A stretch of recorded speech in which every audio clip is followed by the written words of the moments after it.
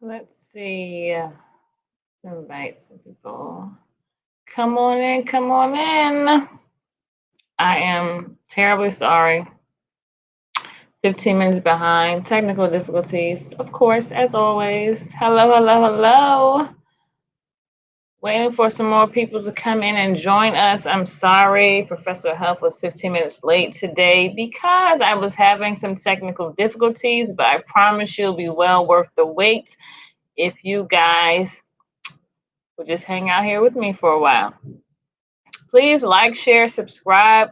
I am broadcasting simultaneously. I am on YouTube, so you will be able to see the presentation as always, and then you will be able to just actually hear me and have the audio on the actual IG live. So please like, share, subscribe if you're on YouTube, and please send this out, send this broadcast out. And if you are following me on IG and you're watching the live, please do invite some others to join, and please do wait while I do so myself. Hey, don't go nowhere now. Hang out with your girl.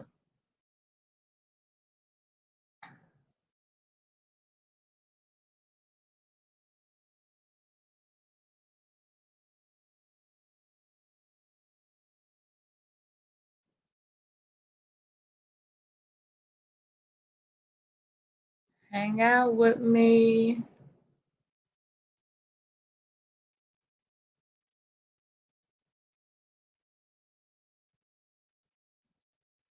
All right. Waiting for some more people to come on in. Red Hair Organics, thanks for joining us. Please do tell us where you're from, or where y'all at in here, or where y'all from in here. Where you from?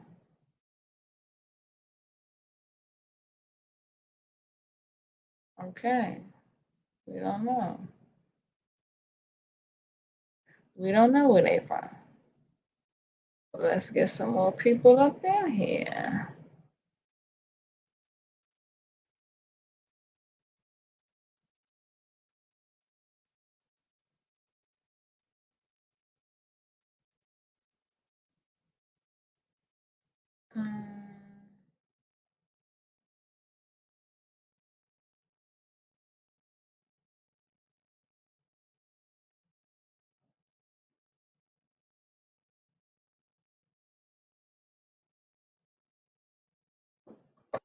Okay. However, I'm not going to wait forever to start. People will come in here when they come in here. And if I don't get a certain amount of participants or viewers today, this will be the last time for a while that you actually see Professor Health doing a live stream, giving you guys some dope information. Anyways, happy 2022 to everyone who is out there following me today. And if you're not following me today, happy 2022 or happy new year, however it is that you guys say it. You already know who I am. I am Professor Health. I am the mad scientist. I am your friendly neighborhood healer, but not your average dope dealer. So today we have another dope topic to talk to you guys about, and it is about food labels. So we would love for you to like, share, and subscribe if you're over here watching us on YouTube, because you'll be able to see the content if you're on YouTube. If you're watching on IG Live, unfortunately, you will not be able to see the content. However, thank you so much, Riley Desper. However, you will be able to see the content on YouTube when it uploads after this live stream. Please, again, do like, share, subscribe. Please do send this to friends and family, because we want to talk about some important information today. So, again, if I don't get a certain amount of viewership today, because your girl's been back from hiatus, because I missed you guys so much. So if I do not get viewership where I would like it to be for the 2022, you will not be seeing Professor Health for some time on this live stream, because I need you guys to help me like, share, and subscribe so I can give my abundance of love information to the globe. Okay. However, today's topic is about reading food labels. It can be burdensome. People might not even know where to start, where to end, where to begin. So we're going to talk about that today. So let me go ahead and share my page.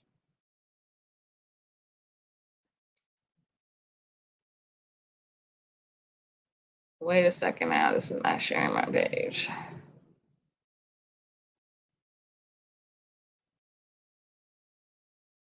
I always got some freaking technical difficulties going on over here. Wait a second. Share my screen. Always some bullshit. All right, hold on, guys.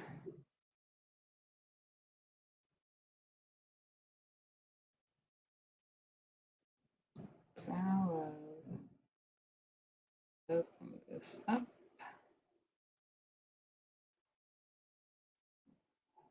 Share the screen. Here we go. Hey, everyone. Thanks for joining. You know, I like to start off with welcome back.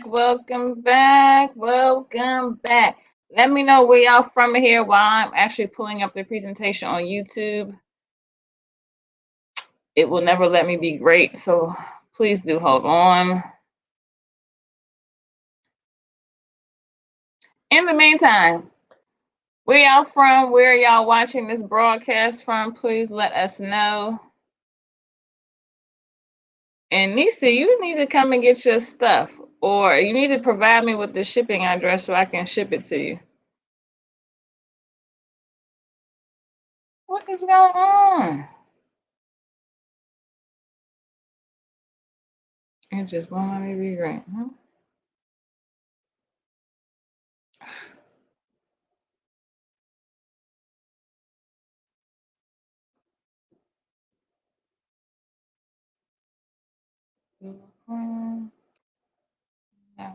Do that. Watching from Charlotte. I know. Okay. I don't know what's going on. Hold on, let me check to see what's going on with this internet because this is not working.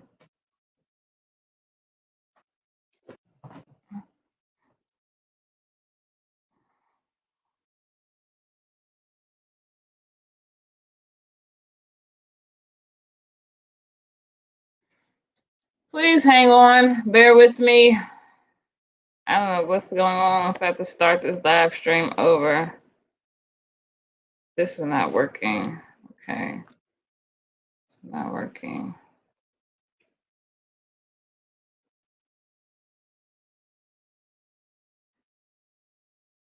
Hey. What is the problem? It's always some shit.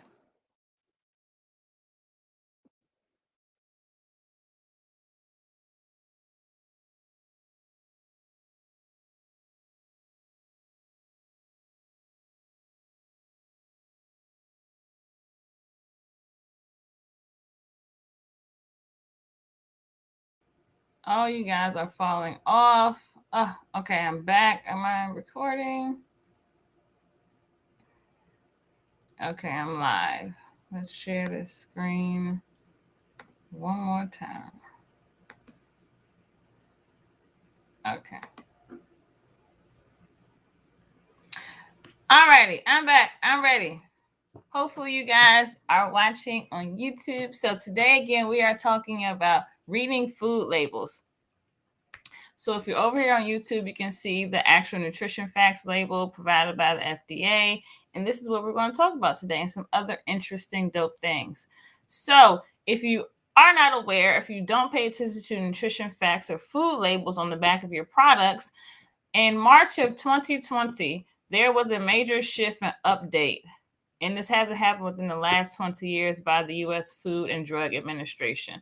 So based upon new scientific information, they said that we're going to redesign the actual nutrition facts label.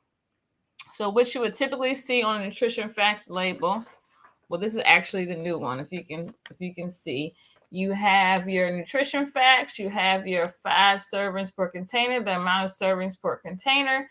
You have an actual serving size, which is going to be listed in cups. And then over here, you have it actually parenthesized in grams. You have your calories, which is actually bolded now. This is one of the actual changes. And another change that they made, they used to have the amount of fat coming from calories. That's no longer there. Then you have your macronutrients and your micronutrients, which would be referred to as your nutrients, and your total fat, cholesterol, sodium, total carbohydrates, protein are going to be your macronutrients, and your vitamins and minerals will be your micronutrients. So this is actually what the back of a food label looks like. And if you're reading them, which you should be, you know whether or not it's healthy for you or not healthy for you. In most cases, it's probably not. So, serving size. Calories and fat has been removed. Like I said, you have your daily values, which are over here located in percentages. You have your daily values. You have your nutrients, which we went over, which is your also they've put on their added sugars, such as sucrose, your table sugar. You'll have your dextrose, your honey, your agave. Anything added for sweetener during the processing now has to be actually on this new label. Do you think those labels are actually accurate? They're as precise as they can be, because whenever you're manufacturing a product, you have to go through stringent requirements and FDA labeling. So you have to send out your product for testing, scientific lab analysis, and the lab analysis will come back with what actually is contained within your product. In the removal, and what you used to see on old food labels prior to March 2020, you would see the vitamin A and vitamin C, but the FDA is like, we no longer have an issue with the vitamin A and vitamin C deficiencies. It's very rare today, so we no longer need that information. So instead, we're going to put up there potassium and vitamin D. So you'll no longer see vitamin A and vitamin C. People can put it voluntarily. Companies can put it voluntarily, but you will see vitamin D and potassium.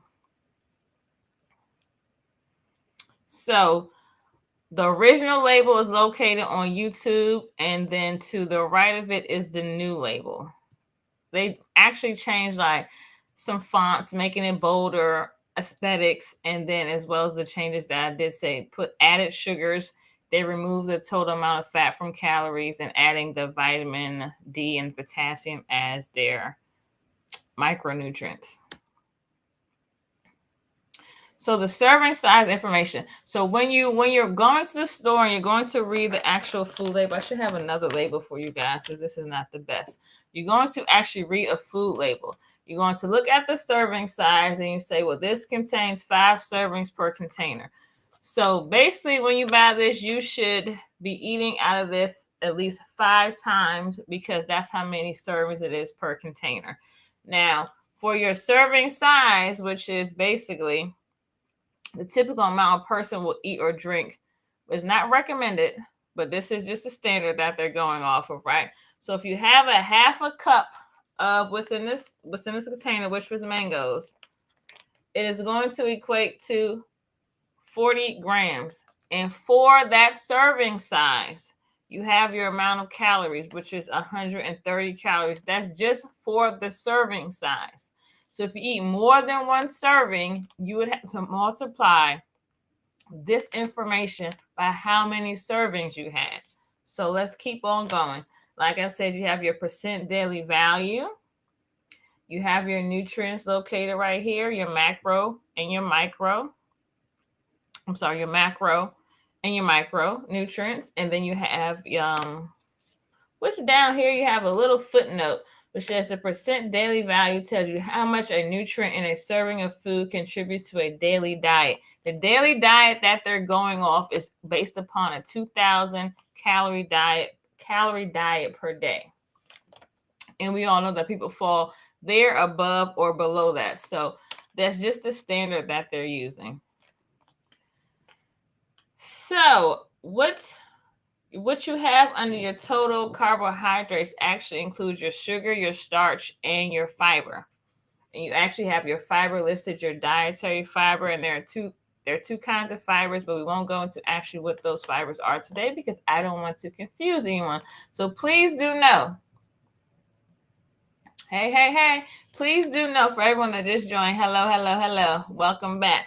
Please do note that when you're going to pick up a food product, you're going to get anything you want to eat or drink, you do want to make sure that you are reading this label. It's very, very important. I'm going to give you some take-home tips to make sure that you're actually reading and you know what you're reading. Hello, hello, hello. So, read the label, okay, guys?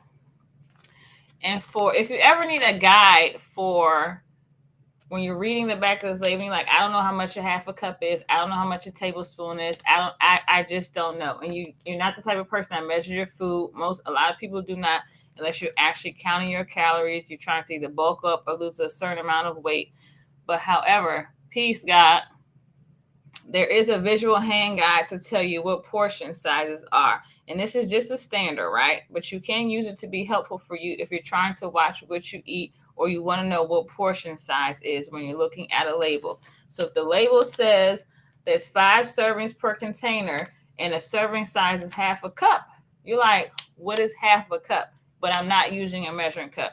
Well, half a cup is basically the front of your closed fist is about a half a cup. This is how much about a half a cup is. Now, if you're talking about a cup, it should be able to sit in your hand and you should be able to fist it. You should be able to cup it. That's what about a cup is. If we're talking about servings of meat, if you eat meat, we're talking about your palm of your hand, which is about 3 to 4 ounces. That would be a serving, right? If we're talking about tablespoons, we're talking about your thumb. This is about 2 tablespoons. If we're talking about a teaspoon, we're talking about the tip of your fingertip. So that is how you can actually equate portion sizes if you're not going to be using measurements. So that's just a take-home guide that you can use for if you're going to not use measurements and you actually use your hand. Now, rules of thumb. When you're looking at a package and you want to know what it actually consists of, say for instance, you're going to the store and you're looking to buy these mangoes or something else. You want to, don't believe for this, of course, yes, but always look at the front because the front is very gimmicky, right? So it may throw you off. So what's on the front is not going to be what necessarily is conveyed in the back. So the front is for advertising. The front is for claims. The front is for strategy, and it's gimmicky. It's to reel you in.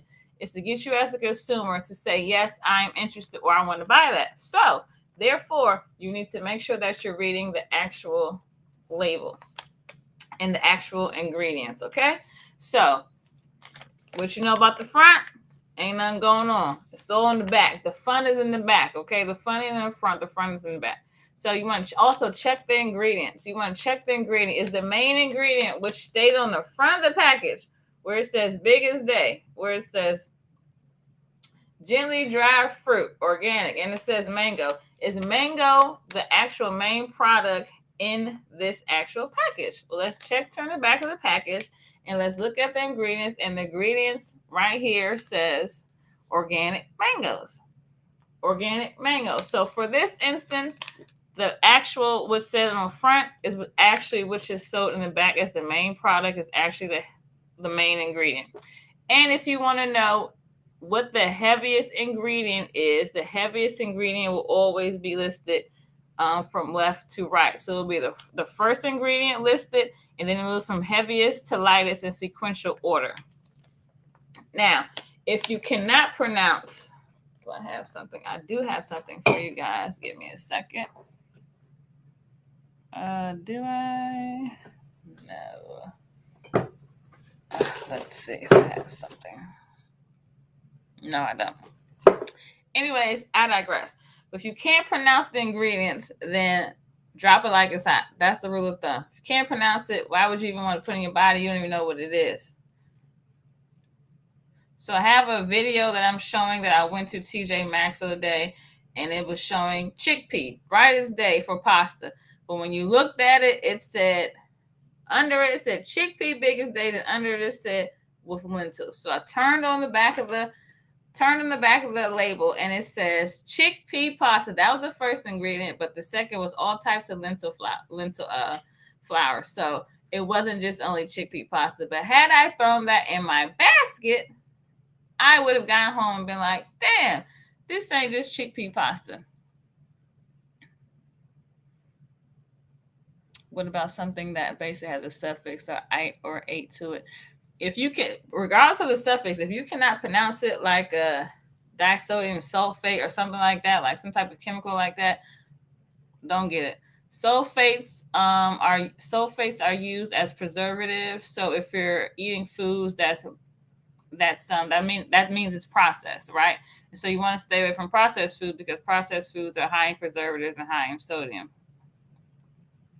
Another one, I was walking through TJ Maxx that also had pure avocado oil. So I looked at it and I turned on the back, and what you'll see on YouTube is that it said on the back as ingredients, it said refined avocado oil. And refined, we'll talk about that in another class of how oils are broken down. And then it said extra virgin avocado oil.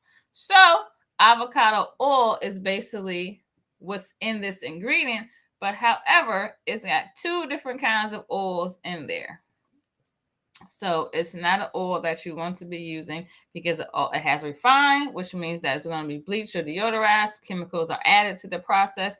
Then it has extra virgin avocado oil. That's a no-no. So rules of thumb. What's on the front of the package is not always what's on the back of the package. Check the ingredients. Is the first ingredient the heaviest ingredient? And remember that the ingredients move from heaviest to lightest in sequential order. And if you can't pronounce the ingredients, drop it like it's hot. So if you're on YouTube, please do natural flavors is their go-to. Yes, natural flavors. And according to the FDA, based upon what natural means by their definition, is not what most people are going to consider to be natural. So it has to have something natural in it for it to be considered natural. It doesn't 100% have to be natural in nature. So when you're looking at something that actually says natural flavoring, you really don't know exactly what that is. So that's another gimmick. Thanks for adding that, brother. Now, how to use a rule of thumb. So I have Essentia up here as an example. So Essentia water. It says Essentia is supercharged, ionized, alkaline water. Now, do people know what ionized is? Most people don't know what ionized is unless you're a scientist or you're a chemist. Then it says, the front of the package says BPA fluoride and chlorine free. But it also says purified to 99.9% with 9.5 pH or higher. Infused with electrolytes. This was on the front of the package. Infused with electrolytes and ionized for a clean, smooth taste. Hey, Channy Nanny. So, now if you were to turn on the back of the package for Essentia, the ingredients list purified water. That's the first ingredient that's listed. So that means that that's the heaviest ingredient. Whenever you're drinking water, if the heaviest and first ingredient listed is not water, and first of all, if that's any more ingredients other than water, you don't want to drink that water. Like, let's see.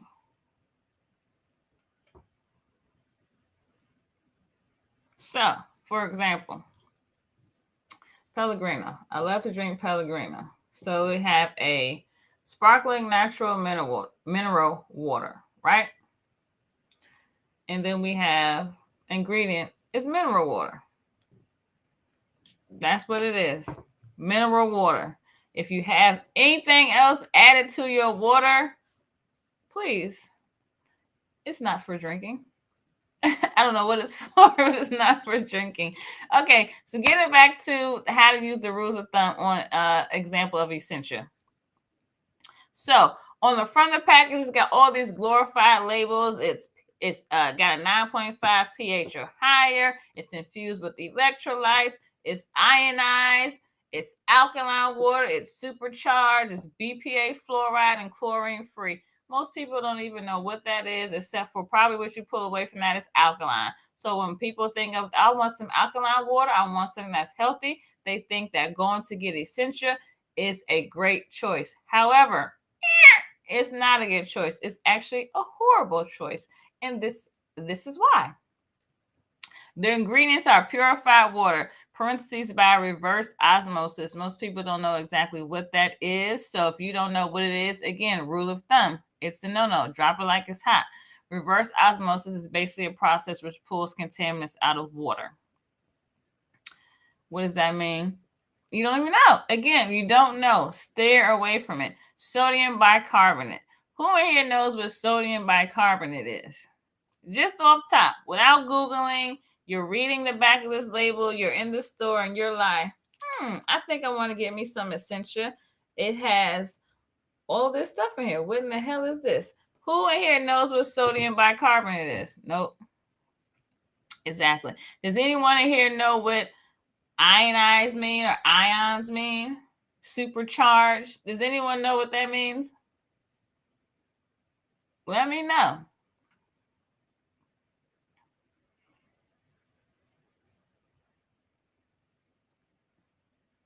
For my gold star, Shannon, you get a gold star. Shannon, thank you for you're such an amazing participant student. Gold stars. Okay, so no one knows what that means. So we got sodium bicarbonate. It's actually baking soda. We have dipotassium phosphate. Who knows what that is if you're not actually a scientist? You don't know what that is. Magnesium sulfate, like Nisi, what you just pointed out, the eights and the ites. Magnesium sulfate, calcium chloride, and electrolytes for taste. Now, all of this is in this water.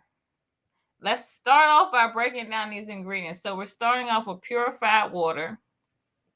That's basically tap water. That's a no. If you're drinking any type of water, you want to be drinking spring water. That's your best option, right? Spring water. So it's not spring water. So off the rip, off bucks, you know that like, I'm questioning this water. If I know nothing else, I'm questioning this water because it's made with purified water. Then also says ionized alkaline water with a 9.5 pH or higher. Basically, what that means is that they're going to basically shock your water or electrify it, and that is how they get it to be alkaline. So it's not alkaline in nature. So if you went to the source to get this water and you actually tested this water to see its acidity or alkalinity, it would naturally be acidic. Now, for them to move it from acidic to alkaline is why they manufacture alkalinity by shocking the water and charging it and placing these ions in the water to give it charge. That is what's going to make it manufacture alkalinity. So it's unnaturally alkaline, okay? And it also says chlorine free, but on the back of the label it says calcium chloride. And the only way to get to chloride is to start with chlorine. So now the byproduct of chlorine and adding the ionization or whatever it is that they're going to be adding to it will get you to chloride. So while the front of the label says chlorine free, but chlorine was used in order to get to calcium chloride. So I just said a bunch of scientific stuff, right? And it might sound like blah, blah, blah, blah, blah to the average person. But to the average person who doesn't know these things, you don't know that picking up an Essentia bottle of water is not a healthy choice, but from the package says it's the healthiest water for you. They charge big money for that. Now I see why. Exactly. They have to, this water goes through a whole process. It's supercharged, ionized alkaline water. When water is alkaline, it's just alkaline. It ain't even got to tell you that it is. And if it's spring water, and they mention to you on the back of the label of what the pH is on it, okay. But when they're boosting it up and bragging and glorifying all these things about the water, you ain't got to sell it. You ain't got to sell water like that. You're overselling it. So when you oversell, this is what happens. You get Essentia. You get supercharged, ionized, alkaline water, 9.5 pH or higher, blah, blah, blah, blah, blah. So rules, going back to the rules of thumb, using that as an example, don't believe the front of the package. It's gimmicky, it's strategic, it's advertisement, it's claiming a lot of things. And that gets the average consumer because the average consumer is ignorant to a certain standpoint, right? Not to say that everyone is ignorant, but you're ignorant to a certain standpoint if you don't know exactly what they're saying, right? So you want to check the ingredients. You want to actually take your time, like I do. When I go into a store, it takes me time because I go through the aisles and I'm looking like, what exactly am I buying? Even though I typically buy the same things, but sometimes I go into a store and there are new products. And just for the laugh of it, I want to know, is it something that I can consume? More than likely it isn't. But for entertainment purposes, I look at it and I want to know, what are the ingredients? Because if I'm going to get water, and when I look at the back of the label on ingredients, if water isn't the first ingredient, we ain't drinking water, we're drinking something else. And then I'm looking at, can I pronounce these ingredients? Would someone be able to pronounce these ingredients? I can pronounce these ingredients, but that doesn't necessarily mean I particularly know exactly what they are at that moment when I'm reading the label. So it's like, this is a bunch of synthetic chemicals, and I'm good. Don't want to put in my body. So just giving you guys some rules of thumb. And remember the portion size guide, that's your fist. Your front of your closed fist is about a half a cup. Your palming a cup is about a clenched fist, the size of 1 cup. Your palm is about the size of 3 to 4 ounces of meat. Your thumb is about 2 tablespoons. Your thumb is about 2 tablespoons, and your fingertip is about 1 teaspoon. So if ever you're in the kitchen or you're eating something while you're out and you don't do measurements, I don't do measurements. I'm not a calorie counter. You can use portion sizes on your hand. But just remember that. That's good that you look with the critical eye. Yeah, I have to look with the critical eye because the type of diet that I have, I don't eat everything. And I'm just an educated consumer at that too, right? And I'm also a scientist. So I'm like, what are they feeding people? And if you look at the people and you take a welcome to everyone. If you look at the people in masses in the United States and you're just taking a survey, you see that a lot of people, with a 1/3 plus of people, are obese or overweight. So you have to go down to what's the common denominator, and it's the food that we're putting in our body and the drinks that we're putting into our body. So if we're more educated or more of an educated consumer, we'll start to make more educated decisions about what we're putting into our body, right? Therefore, starting us off in the 2022 with this information, making healthier decisions for your new year and your years to come. So I don't have any other. Oh, no. One more thing before you guys go. That's the rules for branding, claiming something to be organic. Like Dr. Sebi says, in this country, when we're talking about organic, there really is no such thing because the chemicals that go into the air and everything like that, the produce really can't be organic. It really can't be untouched, right? It just can't be. But it's supposed to be the least untouched. So I'm not saying that it's not a better option, but it just can't be fully organic. Now, there is a new label requirement per the United States Food and Drug Administration. This is the last thing I'm going to talk to you guys about, okay? So there's a new food label. There's a new label for food products. So NPR News is saying that GMO, genetically modified organisms, is out and it's being moved over, and the new terminology is bioengineered. So at first, if you didn't know what GMOs or genetically modified organisms are, and you missed that boat, they're saying, well, that boat is gone. We're bringing in a new wave, and we're calling it bioengineered.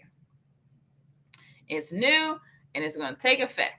So as of January 1st, 2022, FDA says manufacturers must label some, but not all, some genetically modified foods as bioengineered.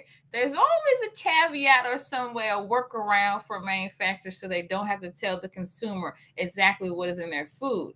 But when you think about it, what does a manufacturer producer have to hide that they don't want to tell you? So when you see a law that says some foods that are genetically modified will be labeled as bioengineered, that also means that you're still being kept in the dark and you still don't know exactly what's in your food. And as a consumer, you have a right to know. But the manufacturer says you don't have the right to know. And they make sure you don't have the right to know because they pour a lot of money into lobbying the federal government, which has always kept the consumer in the dark. So if you happen to see food products in the actual store and it says bioengineered, there's a certain label on there now. It will say contains bioengineered products, or it may just say bioengineered. There's also a circle it looks like it's green and it says derived from bioengineering, or it just says a circle that just says bioengineered. So that's something else that you actually need to be looking for in your products when you go into the store. Does this food contain bioengineered products that you don't want to put into your body? Of course, it's your choice. Professor Help is just here to give you some information to help you make better decisions. So you don't want to put bioengineered foods into your body, right? If you knew and you had a choice, would anyone in here select to eat bioengineered foods? Is the GMO project going to change their name? Oh, that's a good question. I don't know. So Chan, you like, if I knew I wouldn't eat bioengineered foods, right? Great. Don't eat them. If you happen to go into the store and you see those labels, stay away from them as much as possible. I know it's hard when timing and scheduling kids in the world that you sometimes want to eat foods, especially when you're going out to fast food restaurants. You have absolutely no idea what is in that food. So I will leave you with this. Some commonly bioengineered foods that we do know are corn, soybeans, canola, sugar beets. Sugar beets are used to make sucrose, which is table sugar. You have cornstarch, corn syrup, granulated sugar, and bioengineered or genetically modified foods is also found in animal feed. So if you eat animals, more than likely, the feed that they're giving to those animals contains bioengineered foods. And the source for this information came from NPR News and the United States Department of Agriculture. Again, going back to obesity and overweight and just chronic disease and elements that are plaguing this country. And one of the things, I don't even know why they moved away from genetically modified foods. I'm just going to guess that because it had a negative connotation, now they're saying bioengineered. It's another way to fool with people's minds and to kind of keep you in the dark because you really don't know what bioengineered means. And you might not think of anything negative when you hear it. Because I am a scientist, I know bioengineered is not something good for you. So if you came, so Chan, you said if you saw bioengineered, you would not. But do people, when you think of bioengineered, do you think of anything negative? Like what comes to mind when you think of bioengineered? Is there anything that comes to mind? Or even if you saw genetically modified, is there anything that comes to mind if you saw that when you're going into the store?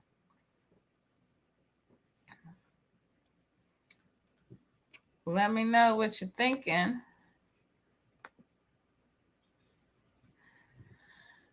Let's see. So today was just a brief overview. Thank you guys for staying in here with me. I've been on hiatus. I've actually been going through withdrawal without having you here with me. So thank you guys for coming back. Please do like, share, and subscribe to the YouTube page.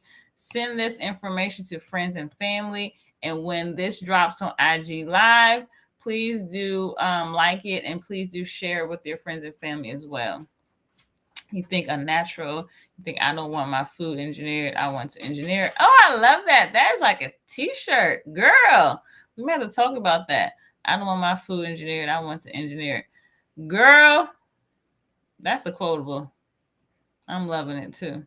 So yes, so remember the rules of thumb where you're going in to look at your foods and your beverages. Remember the importance of reading the food label, how you can actually read the food label. And again, just for the last time, take it. Thank you, girl. Thank you. And for the last time, reading this actual food label. So if I'm looking at this and I'm seeing that this contains 5 servings per container, I'm also seeing the serving size is a half a cup. So if I want to, and this the serving size and the calories and all of this information as far as the nutrients and the percentage of daily value is all based upon this serving size. So if I want to eat twice as much, which is a half a cup times 2, which is a cup, I need to also multiply this information times 2. So it won't be 130 calories, it'll be 260 calories. All this information will double. So don't think that if you just eat this whole pack, that's just what the information listed is for. No, it's based off the serving size, okay? So without further ado, thank you for hanging there and kicking it with Professor Health. Please do remember, I am the mad scientist. I'm your friendly neighborhood healer, but not your average dope dealer. And all we deal with around here is dope. Dope topics, dope products, dope everything. So thank you so much. I love you. I'm signing off. If there aren't any other questions or concerns, yeah, you guys have a good night. Peace, love, and hair grease.